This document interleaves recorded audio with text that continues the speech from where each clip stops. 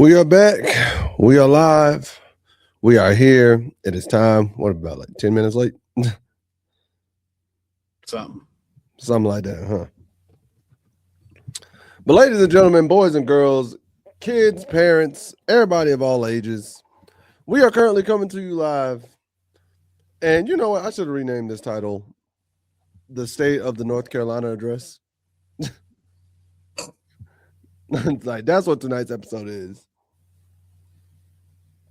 Because we're going to talk about the state of the North Carolina Tar Heels, especially our men and women's basketball team as they head into March Madness and the madness that has befallen us over these last couple of weeks, especially without one Caleb Wilson.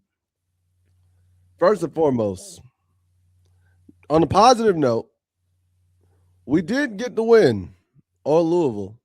We got the win over Louisville, so always gotta give a huge Zoidberg and a happiness for that. But colleague, my co-host, gentlemen, actually, I didn't even do the introductions properly because I am the captain of the Hooligan Express, and that gentleman over there, introduce yourself to the people before we get into this. Hello, it's me, that guy. Yeah, let's get into it. So we just shortchanging everything today, huh? Listen, it's been a week. And it's only Tuesday.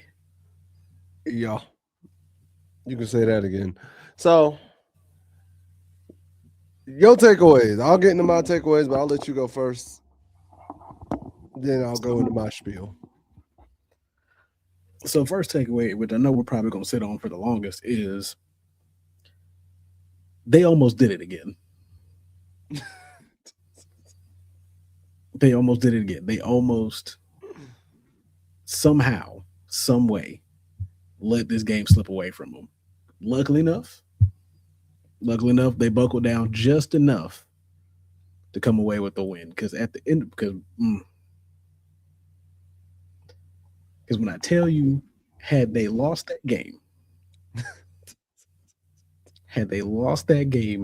me and you already talked about it. We've been sitting here silent for God knows how long.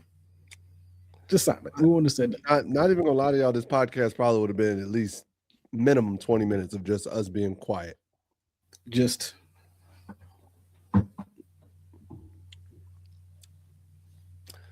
thumbnail would have literally just said they did it again. That'd have been it. It would have been nothing but straight disappointment for 20 minutes. Cause but we did win. And I said it earlier in the season. I'm gonna keep saying it. Steph Trimble is one of these players on this team that will make or break our games. If Steph Trimble isn't going on all cylinders, or if his defense isn't where it should be, or if one major part of his game is lacking, our games don't tend to go too well. Like we can still probably pull out the win, but it's not going to be easy. It's not going to look good. Once again, it's not going to look. It's going to look real embarrassing. The other point out, Zayden Hyde, not one of his best games, but he's still doing exactly what we need him to do. He was due. He was due for one. He was due for a bad one. That's what I think you remember, because he's originally just coming off the bench as a rotational guy. Now that he's getting more minutes, I appreciate it if he got more minutes than what he got against Louisville, but fouling out will do that to you. I think him and somebody from Louisville, I think they both fouled out due to techs, I think. They both got teched out. Mm-hmm. I think. I might be wrong, though. Either way, it was nonsense, because all they were jawing at each other. The ref got tired of it. Big props to Jaren Stevenson, because he's starting to pick his game up. Henry Vassar's picking up where he left off. Biggest problem that we have with him still is you're not getting enough rebounds. Like, your rebound game has been lacking the last couple of weeks. And it needs to step up a little bit. Zayden High can't be the only guy getting double-digit rebounds in games. Because when both Jaren Stevenson and Zayden High and Seth Trimble have more rebounds than you in a game as a center, might need to step your game up a little bit. But still, you put up, I think, what, he put up 19 points that game? Who, Vassar? I think Vassar put up, what, 19? Vassar put up, got it right here in front of me. He put up 12.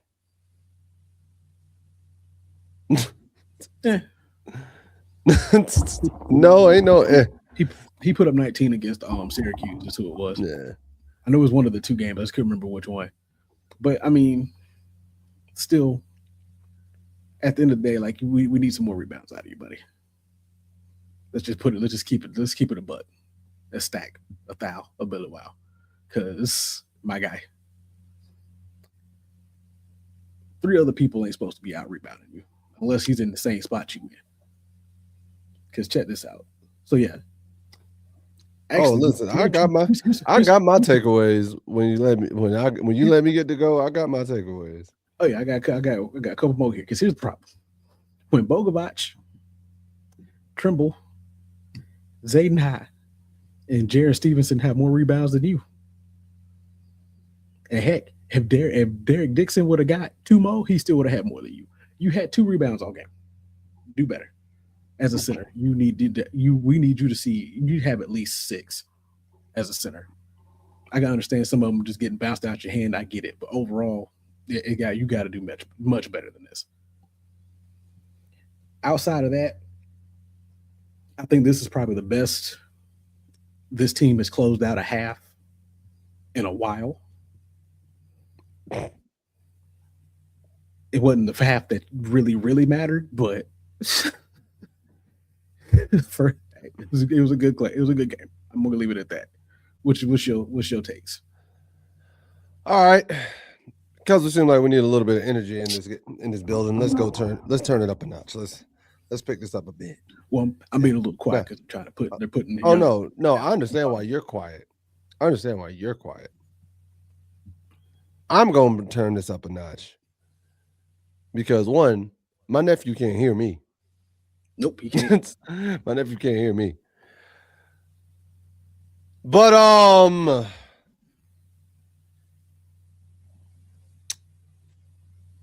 yo, what the hell? That's all I can say. That's the first play I want to put there. What are we doing, bro? There's no way. There's no way. No way ever. The simple fact of the matter, we were down at most. At one point, we were down 10. We were down 10 in the first half, 23-13. Come back, close out, and take the lead right before half, bro. We take the lead right before half. Get the lead up as much as 12 with 2 minutes and 17 seconds. 2 minutes, 17 seconds, up by 12. And we win by 3. We win by 3. That's not supposed to happen, especially on a night where Seth Trimble has a 30-piece, the first 30-piece we've had since RJ Davis.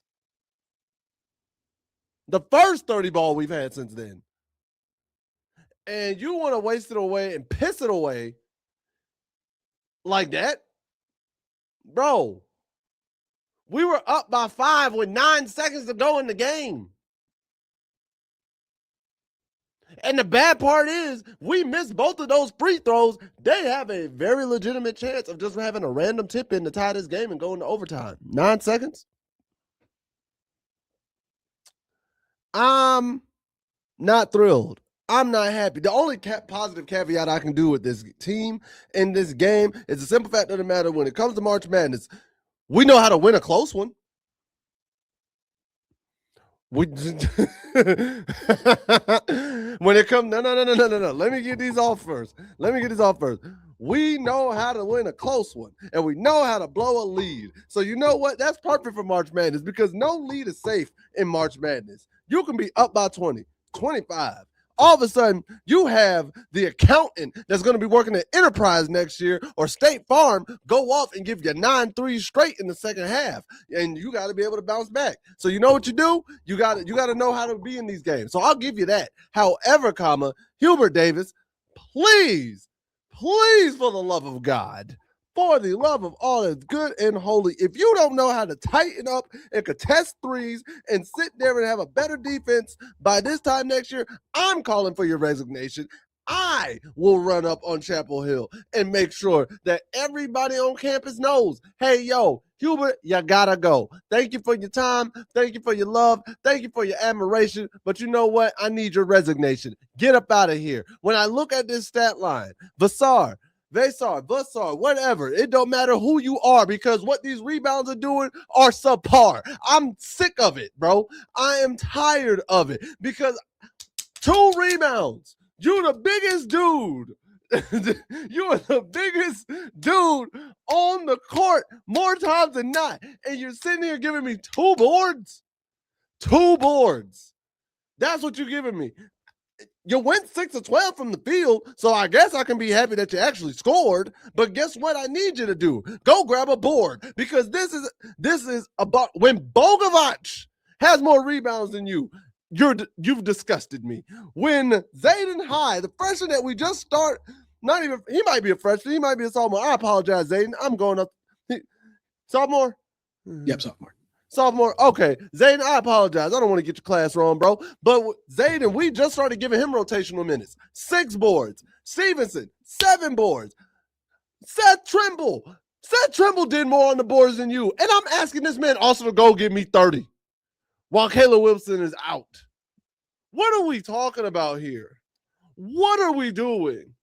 Bogovac, oh, look, you had a decent day from the field because you actually went and started shooting inside the three-point line because guess what? You found out you can't shoot from the three-point line right now. You just can't.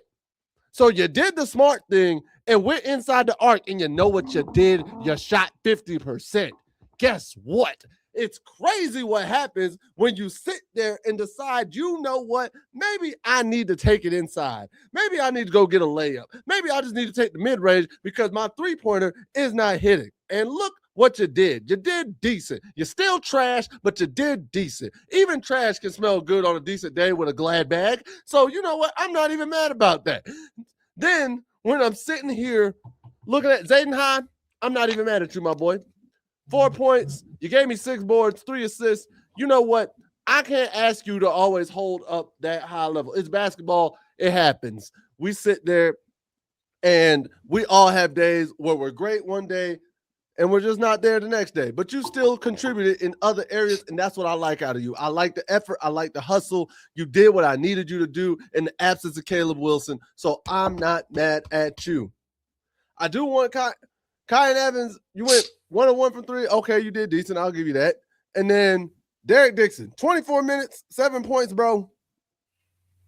24 minutes, 7 points, 1 board, 1 assist, 2 turnovers. So you might as well have just been doing cardio. You might as well have just been doing cardio and gave flipping Evans your time. Evans your minutes. I don't know.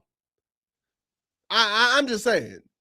I can't give you 24 minutes on the court and you give me 7 points. At least Stevenson almost gave me a double-double in his 33 minutes, 9.7 boards. I'm cool with that. So you gave me 7, 1, and 1. So no, I am not thrilled by how this game ended. When I went to work out, that's how you know I was comfortable with this game. I went to work out once we started building a lead. At 8 o'clock, we were up 65-54. At 8 o'clock when I started working out. At 9 o'clock, 8:46 to 8:50, when I was finishing my workout, was when I saw we were only up by 5 with 9 seconds to go and Louisville had the ball. That's atrocious. It's bad, bro. So I'm not thrilled about this. we beat a ranked team. That's the good part. And I can't sit there and say Louisville is some scrubs because they're ranked in the top 25. They fought back. They had a big lead. They lost it. They said, you know what? We had a big lead and we lost it. UNC can blow a big lead too. And guess what? We almost did. We almost did. So as much as I want to be positive and as much as I want to be like, we got the win, and yes, we got the win, but there are a lot of issues with this team. But the one positive I could say, if it comes down to a close game, we know how to win the close ones. We know how to scrap and claw, because there are going to be some teams who have never been in this position when we get to the tournament, and we know sometimes those moments get too big and pressure bust pipes and makes diamonds. At least I know more times than not, we could be diamonds. But against the wrong opponent, when free throws matter, yeah. How we could have put the game on ice and not even worried about whether Louisville could have hit a three. And we just decide, you know what? I'm an 83% free throw shooter. Let's just think. Now I got all of Tar Heel Nation about to crap a brick. Without UNC's best player, I'll take it. Listen, I will, bro. But still, man, we take it. Are we happy about it? Not particularly. Not for our standards. Because let's speak on it for a second. Let's speak on it again. Were you doing that roll because of that subpar, that Baystar subpar thing? I didn't even, that was all off the fly. Like hey, the alliteration. I may hit that rhyme scheme in a minute, like what was on it. But let me just say something. What has been the worst part about North Carolina basketball all this season is free throws. The team itself shot 47% from free throw. 47%. Was 13 minus 50? Goddamn 47. Goddamn 47. Like, it wasn't a great shooting day for the team. Like, overall, yeah, field goal percentage, you shot over 50%. Cool. Wonderful. Love that. Except for the fact that you shot 36% from 3-point and 47% from free throw.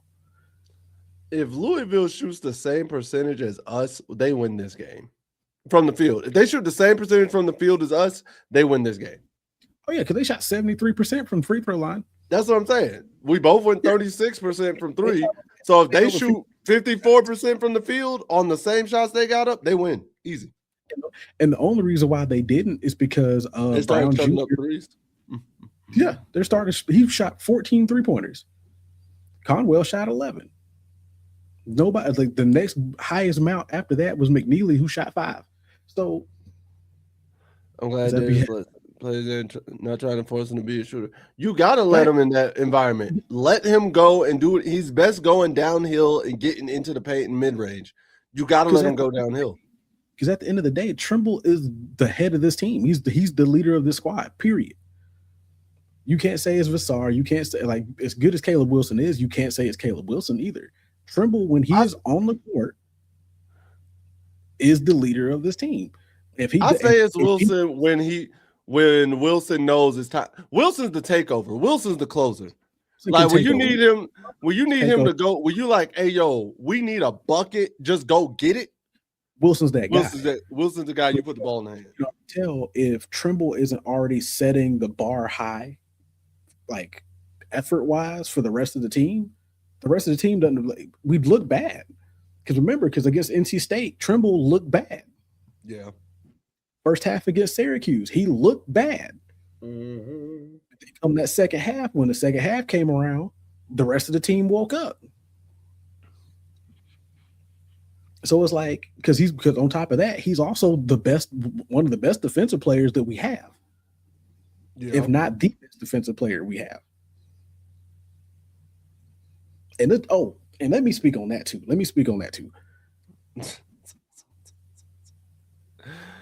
Oh man. See ball, get ball. Hold up.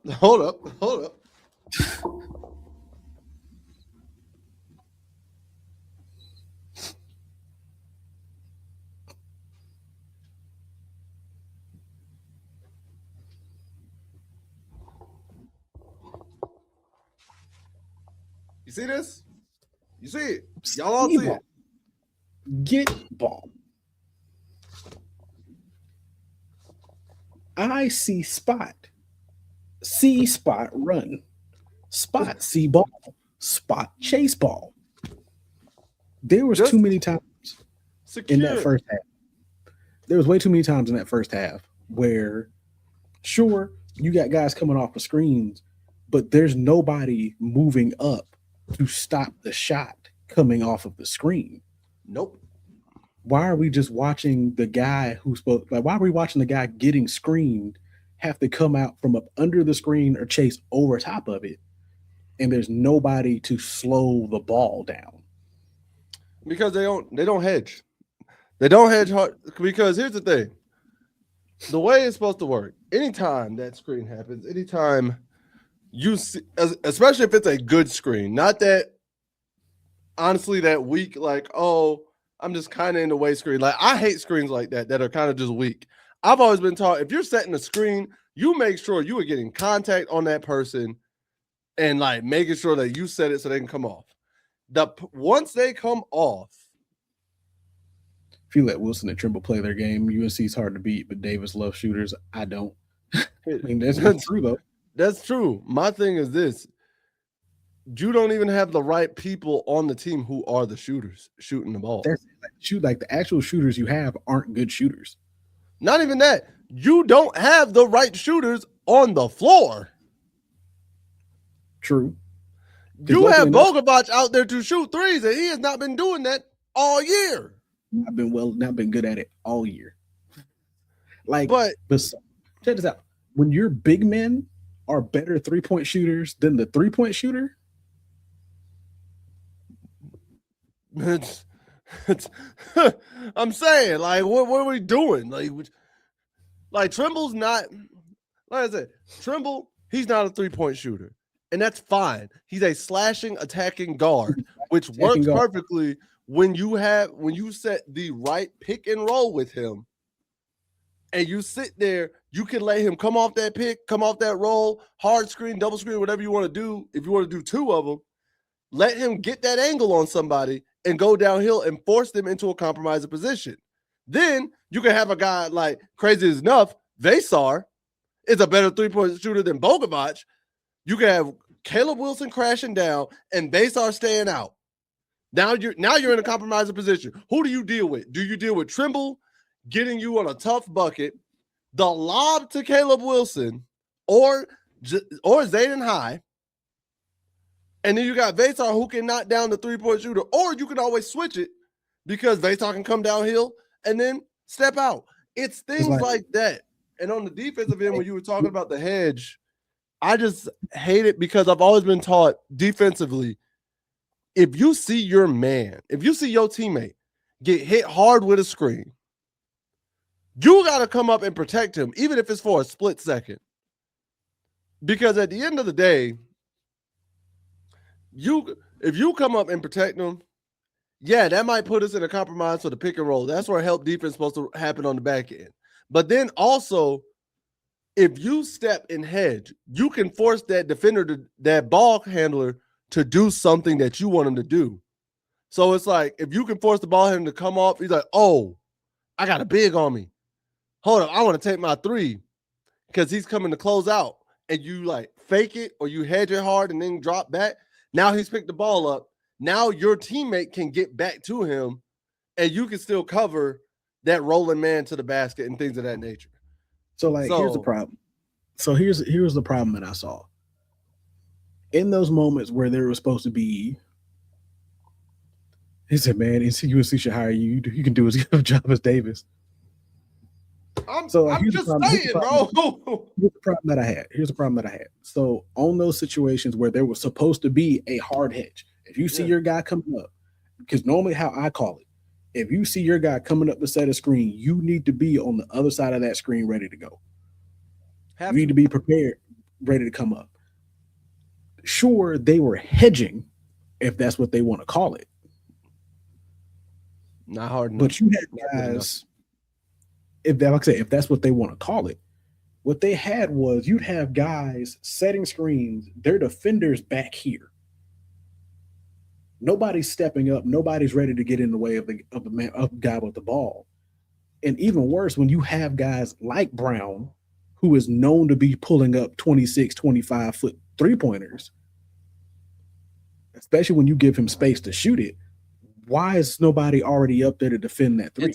It's dumb, and it's not listening to the scouting report, because that alignment that you just talked about, right? Mm-hmm. That alignment works if you're doing that against Trimble, because Trimble doesn't shoot threes that well like that. Yes, if I'm that defender, of course I'm going to sag off, because I know, all right, he's not going to pull that three 9 times out of 10. Shoot, I'll even use myself for example. If I get a screen and I see you, and like 9 times out of 10, I would tell somebody probably to sag off of me first, but not too much, because 9 times out of 10, I'm going to go to the mid-range first. Now, if you leave it wide open, yeah, I'm confident enough to like, okay, I'm going to take a wide open three. But you have to know the personnel. And when you have a guy like Brown, like you said, known shooter, scouting report, you know what that means? Everybody, when he gets the ball off that screen, you have to stay up first. You cannot just drop off. And I would live with him getting a 2 rather than him taking a 3. Especially if his original defender is having to go under the screen, he's immediately going to shoot that. Him and Conwell Jr. were both immediately shooting those. So the problem is, because there was one specific moment I saw Zayden High do it. Dude comes off the screen, defender's coming under. You see Zayden step like he's going to go, and then just backs out worrying about the guy behind him. There's 2 under the defenders behind you, bro. Step up. Dude's at top of the key by himself. Step up. Then the other thing with Trimble's game, right? We already know, just like we said, Trimble's not a three-point shooter. Trimble is an attacking slashing guard, and I love him for it. I love attacking slashing guards. His game fits perfectly as a perfect complement to Stevenson, Vassar, and Wilson, and High. Perfect complement for those 4 guys specifically. Because with him attacking, it pulls people off. Because there was a couple of times, especially in the second half, with those I think it was the 2 or 3 back-to-back that Stevenson dropped. Mm-hmm. Comes off, high pick and roll, Vassar comes off, he's by himself, Trimble attacks just a little bit on both of those, pops it back out to Stevenson's wide open for both of those threes. Easy knockdowns.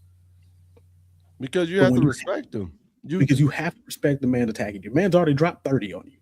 Because the other thing that Trimble's skill set of attacking downhill does, it puts people in compromising positions and causes them to cause fouls. That's the reason why we got Cam Boozer in foul trouble when we played Duke. It's because we were attacking downhill. And when Cam Boozer came back in the game, for some reason, we did not go back to it. And I'm like, attack him. He's sitting in the paint. That man. And yeah, that was all on Davis. Because the moment he came in, we ain't taking a 3. We are going at this man until I want him out of this game. I'm going to get him out of this game. Force it. We're going downhill and attacking him, because they're going to try to hide him. Especially when a team's best player is their big man. You have a guard like Trimble who can attack downhill, especially having athletic players like Wilson and Zayden High too, who can always be that lob threat or that drop off. You attack that big man, get the big man in foul trouble. Now they got to pull him out. Now they got to play small ball, and if they ain't comfortable with that, we win it. Because Wilson by himself is a major mismatch especially for really anybody within the 3-point range. Within 3-point range, unless you got a star like a Cam Boozer or somebody else who can go, or AJ DeBonsa or somebody like that who can really go toe for toe with him. Caleb Wilson is a mismatch for a lot of players, because He has the handles. He has the handles somewhat, but he has the comfortability to take the mid-range shot, to get the ball in the post, get to his spot. And the moment you try to double him, he has the vision to see where the double's coming from and find the open man. Let's check this out. So you know what a major difference between the last two games in that North Carolina State game is? You know what the biggest difference is? I mean, aside from Caleb Wilson not playing? But even without Caleb Wilson playing, you know what the biggest difference is in both of those in all three of those games? Effort. That's another thing. There's a major point disparity between that NC State game and the Syracuse and Louisville games. It's points in the paint. North Carolina State, we scored 28 points in the paint against NC State. Against the last two opponents that we've had the last 2 weeks, we have scored 82 points in the paint against between Syracuse and Louisville. 40 points against Louisville, 42 against Syracuse. When we are actually attacking the paint and actually trying to score baskets in the paint, we tend to win these games.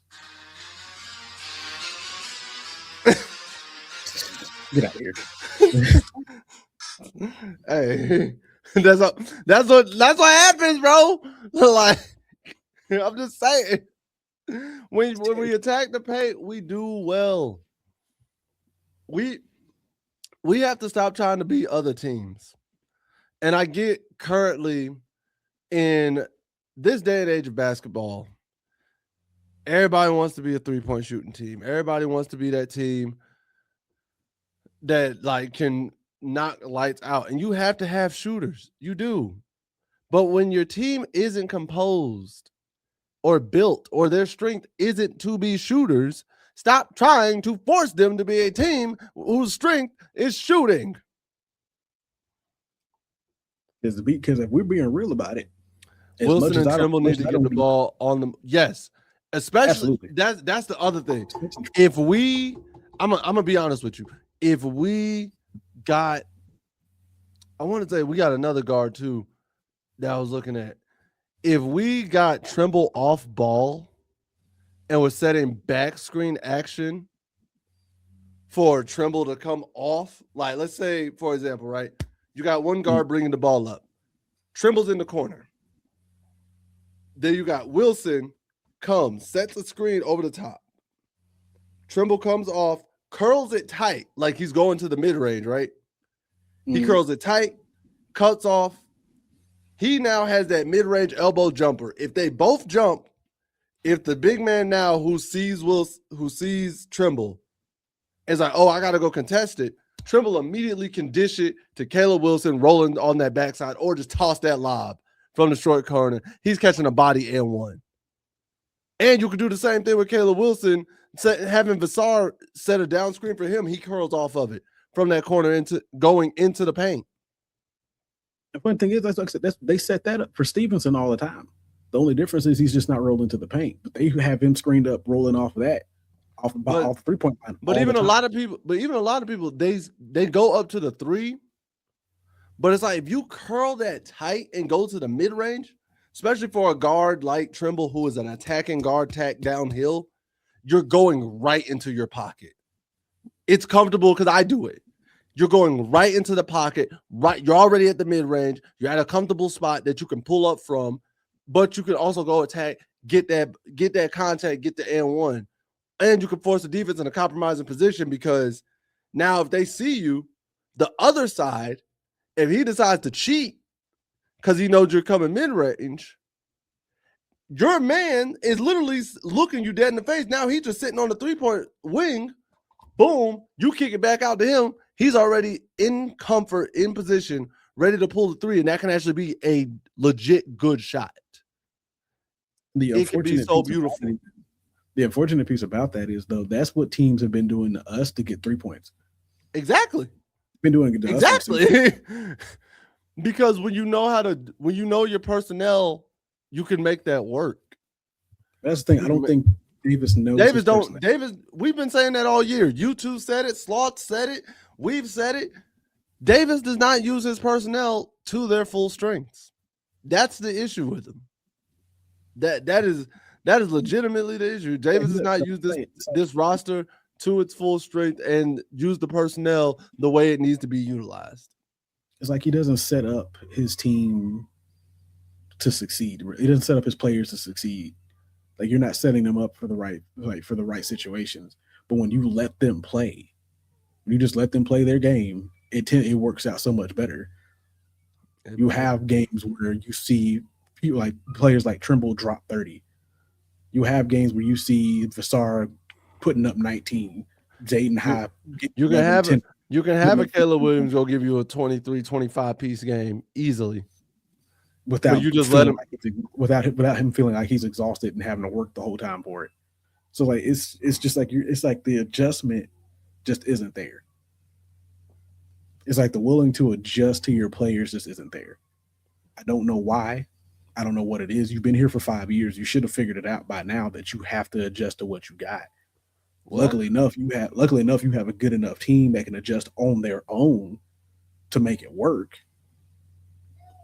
And you have a good enough point guard that's able to set a tone for the rest of the team and get them all on one page. If you didn't have that, if you had, and unfortunately, like I'm not even gonna say, if you just had Evans or Derek Dixon running your offense, you'd be in a bad situation. Hey,